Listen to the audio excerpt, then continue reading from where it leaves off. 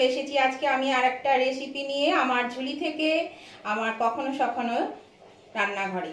তো চলুন আজকে আমি কি রান্না করব সেটাই আপনাদের সঙ্গে শেয়ার করব। আজকে আমি কুমড়োর তরকারি করব, মাছের মাথা দিয়ে কুমড়োর তরকারি।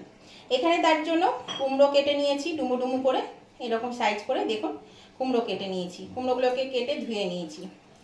আচ্ছা, এখানে নিয়েছি পটল, এখানে নিয়েছি কাঁকরোল, এই মাঝারি সাইজে 3টে কাঁকরোল আছে, আর এখানে আলু, আরও কিছু জিনিস আছে সেগুলো আমি রান্নার সময় দেখাবো। তাই প্রথমে আমি এই কুমড়োটা ভেজে নেব। তাহলে চলুন প্রথমে আমি কুমড়োটা ভেজে নিই। তো আশা করি বন্ধুরা আপনারা সকলে ভালো আছেন, সুস্থ আছেন। দেখুন বন্ধুরা, আমি কড়া বসিয়ে দিয়েছি আর কড়াতে তেলও দিয়ে দিয়েছি। তেলটা কিন্তু গরম হয়ে গেছে। তো এবার আমি কুমড়োটা আগে ভেজে নেব।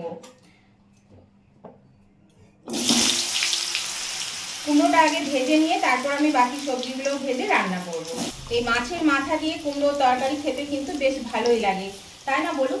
সেই জন্যই আজকে ভাবলাম একটু মাছের মাথা আছে, কাতলা মাছের মাথা, তো বললাম তাহলে কুমড়ো আছে, আজকে একটু কুমড়োর তরকারি করি। তো চলুন আমি এটা আগে ভেজে নিই। দেখুন বন্ধুরা, কুমড়োটা বেশ ভাজা ভাজা হয়ে গেছে। আমি আর এর থেকে বেশি ভাজবো না, একটু কালার এসেই গেছে। তো এই কুমড়োটা এবার আমি তেল থেকে ছেঁকে তুলে নেব।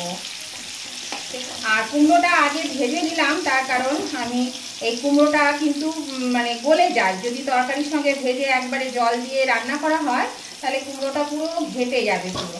সেই জন্যে কুমড়োটাকে আমি আগে ভেজে একটু তুলে নিলাম। আর আমি কিন্তু এটাতে নুন হলুদ কিছু দিইনি, নুন হলুদ ছাড়াই কিন্তু আমি এটা ভেজে নিয়েছি। এটা আমি এবার তুলে নেব।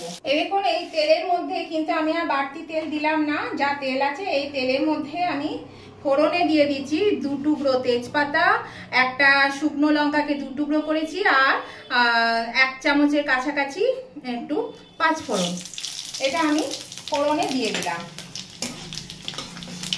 এটা একটু ভেজে নেব, ফোড়নের গন্ধটা বেরোবে, 5 ফোড়নের গন্ধ একটা সুন্দর গন্ধ বেরোবে, ততক্ষণ আমি এটা একটু ভেজে নেব। এর মধ্যে দিয়ে দিচ্ছি আমি কেটে রাখা পটল। প্রথমে আমি পটলটা দিয়ে দেব। পটলটা দিয়ে একটু নাড়াচাড়া করব।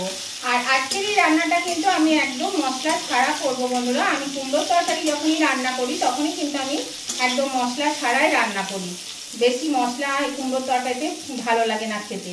তো দেখুন আজকে একদম মশলা ছাড়া মাছের মাথা দিয়ে কুমড়োর তরকারি আমি কিভাবে রান্না করছি সেটাই আপনারা দেখে নিন। যদি আপনারা না করে থাকেন একবার করে দেখবেন, তাহলে দেখবেন ভালো লাগবে খেতে।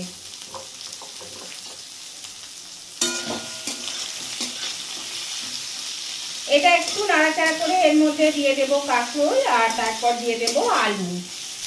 এই বন্ধুরা, আলু আর কাঁকরোল আমি দিয়েছি, দিয়ে একটু নাড়াচাড়া করেছি। এবার আমি এর মধ্যে দিয়ে দেব 1 চামচ নুন। এখানে 1 চামচ নুন আমি নিয়েছি আপাতত, লাগলে পরে আবার দেব 1 চা চামচের নুন। আর দিয়ে দেবো একটু হলুদ।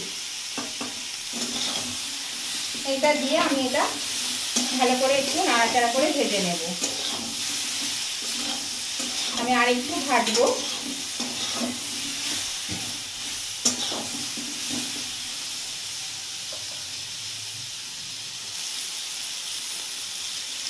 এরকম বন্ধুরা, সবজিটা বেশ ভাজা হয়ে গেছে।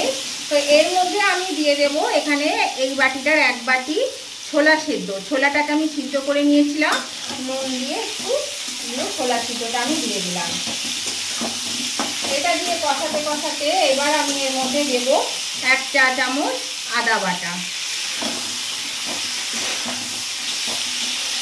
কুমড়োর তরকারি দিয়েছে একটু মিষ্টি মিষ্টি হয়, সেই জন্য একদম যে ঝাল দেবো না তা নয়, একটু ঝাল দেবো, তার জন্য আমি দিচ্ছি 1 চামচেরও কম কাঁচা লঙ্কা বাটা। আর আমি এর মধ্যে দিয়ে দিচ্ছি ভেজে রাখা কুমড়ো। ভেজে রাখা কুমড়োটা দিয়ে আমি এবার ভালো করে একটু কষিয়ে নেব। দেখো বন্ধুরা, তরকারিটা কিন্তু কষানো বেশ হয়ে গেছে ভালো মতো। তো এবার আমি এর মধ্যে তো নুন কম দিয়েছিলাম, আরও 1 চামচ আমি নুন দিয়ে দিলাম। আর আমি মাছের মাথাটা ভেজে রেখেছিলাম, মাছ রান্না করেছি তখনই আমি মাছের মাথাটা ভেজে নিয়েছি। তো এই মাছের মাথাটাও আমি এর মধ্যে দিয়ে দিলাম। এবার আমি এর মধ্যে দিয়ে দিচ্ছি অল্প পরিমাণে জল। জল দিয়ে আমি এটাকে একটু ভালো করে নেড়ে চেড়ে ঢাকা দিয়ে দেব।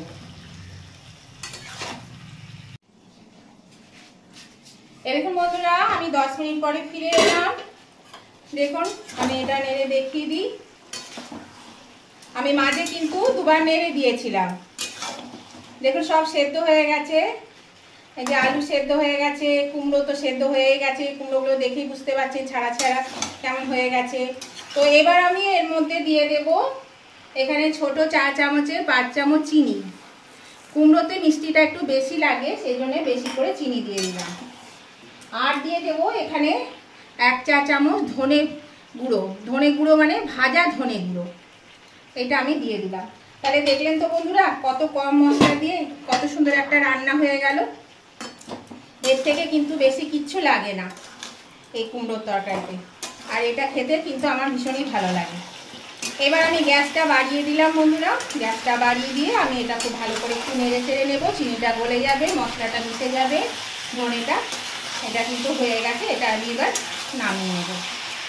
আর আপনাদের সঙ্গে কথা বলতে বলতে একটু হলুদ দিয়েছিলাম, সেটা আমার বলা হয়নি, আপনারা নিশ্চয়ই দেখেছেন যে পরে আবার আমি একটু হলুদ দিয়েছিলাম।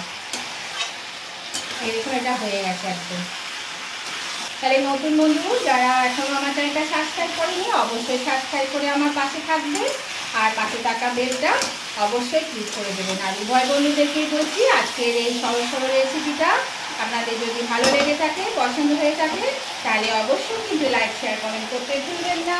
লাইক শেয়ার কমেন্ট করে দেবেন। আপনাদের একটা লাইক আমাকে এগিয়ে নিতে সাহায্য করে, আর একটা কমেন্ট, সুন্দর সুন্দর কমেন্টগুলো আমার পরবর্তী রেসিপি বানাতে সাহায্য করে, উৎসাহিত করে, খুবই উৎসাহিত করে।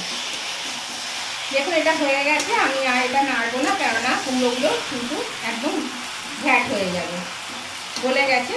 এটা আমি গ্যাসটা অফ করে দিয়ে আমি এটা নামিয়ে নিচ্ছি। এই দেখুন বন্ধুরা, আমি তরকারিটা নামিয়ে নিয়েছি। আর এই তরকারিটা কিন্তু যেহেতু মাছের মাথা আছে, সেজন্য ভাতের সঙ্গে তো খেতে ভালো লাগবেই। এছাড়াও কিন্তু রুটি পরোটার সঙ্গে, লুচির সঙ্গে ভীষণই ভালো লাগে কুমড়োর তরকারি। মানে আমার কিন্তু কুমড়োর তরকারিটা লুচি পরোটার সঙ্গে বেশি ভালো লাগে, ভাতে অতটা আমার ভালো লাগে না। তো যাই ভাতে খেতে হয়, খাই। আর মাছের মাথা দেওয়া আছে, এটা তো ভালো লাগবেই। তো আপনাদের কিসে ভালো লাগে বন্ধুরা খেতে, রুটি পরোটা না ভাতের সঙ্গে, অবশ্যই কিন্তু কমেন্ট করে জানাবেন। তো আজকের রেসিপিটা আপনাদের কেমন লেগেছে সেটাও কিন্তু জানাবেন। আর লাইক শেয়ার কমেন্ট করতে ভুলবেন না। আমি বারবারই আপনাদের একই কথা বলছি। আবার আমি নতুন দিনে নতুন ধরনের ভিডিও নিয়ে চলে আসব। আজকের মতন আমি ভিডিওটা এখানেই শেষ করলাম। Tata, bye bye.